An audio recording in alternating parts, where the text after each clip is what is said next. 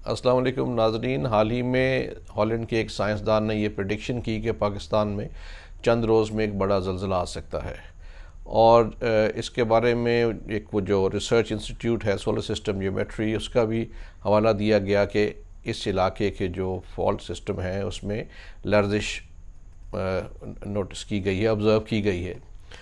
اگرچہ اس کی کوئی کنفرمیشن نہیں ہے، اس بات کو چند روز ہو بھی گئے ہیں، لیکن ہمارا علاقہ ایسی جگہوں پہ ہے جہاں پہ زلزلے آتے رہتے ہیں۔ آزاد کشمیر میں زلزلہ آیا، اس سے پہلے پرانے ہیں جب کوئٹہ میں بھی آیا، اور یہ جو خاص طور پہ ہماری جو چمن فالٹ لائن ہے اس پہ، تو ہم ایسی جگہ پہ ہیں جہاں پہ زلزلے آتے رہتے ہیں۔ تو اگر یہ پریڈکشن بالکل 100% ٹھیک نہیں بھی ہے، پھر بھی یہ موقع ہے، ہمیں سمجھنا چاہیے کہ اس کے لیے تیار رہنا چاہیے، اور چند بیسک چیزیں اگر معلوم ہو لوگوں کو تو بہت زیادہ حادثات سے، نقصانات سے، جانی نقصان سے بچا جا سکتا ہے، کیونکہ لوگوں کو معلوم نہیں ہوتا اور وہ اس طرح کی ایک ریاکشن دیتے ہیں، جو ہی جھٹکا پہنچتا ہے اس سے مزید نقصان ہو سکتا ہے۔ تو چند ٹپس ہیں جو ساری دنیا میں سکھائے بھی جاتے ہیں، چند ٹپس وہ میں آپ کے ساتھ شیئر کرنا چاہتا ہوں۔ پہلی بات یہ ہے کہ اگر جب زلزلہ شدت سے آئے تو شاید سیکنڈز کی بات ہوتی ہے، خدا نخواستہ، کہ جو نقصان ہے بلڈنگ گرنے کا یا کچھ اور سیکنڈز میں، ود ان سیکنڈز، پلک جھپکتے میں ہو جاتا ہے۔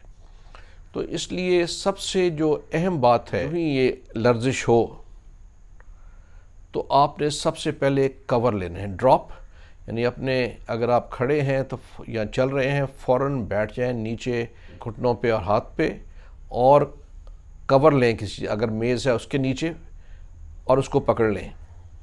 اسے کہتے ہیں ڈراپ کور اینڈ ہولڈ، ٹھیک ہے۔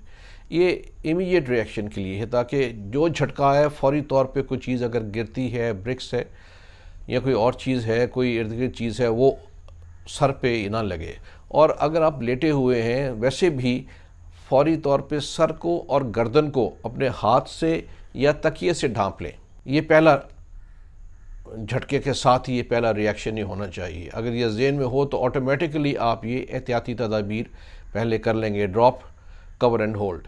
اور کوشش کریں کہ اس دوران آپ کھڑکیوں سے اور آتش دان سے، ایسی چیزیں جو گر سکتی ہوں، اس سے آپ پرے رہیں۔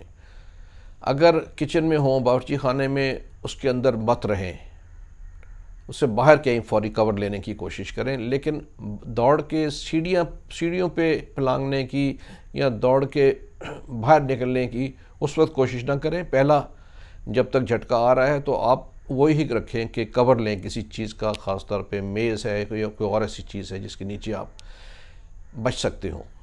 اگر آپ باہر ہیں تو کسی بھی جگہ پہ آپ ایسے ہیں تو کھمبوں سے یا باقی جگہوں سے دور رہیں، رک جائیں۔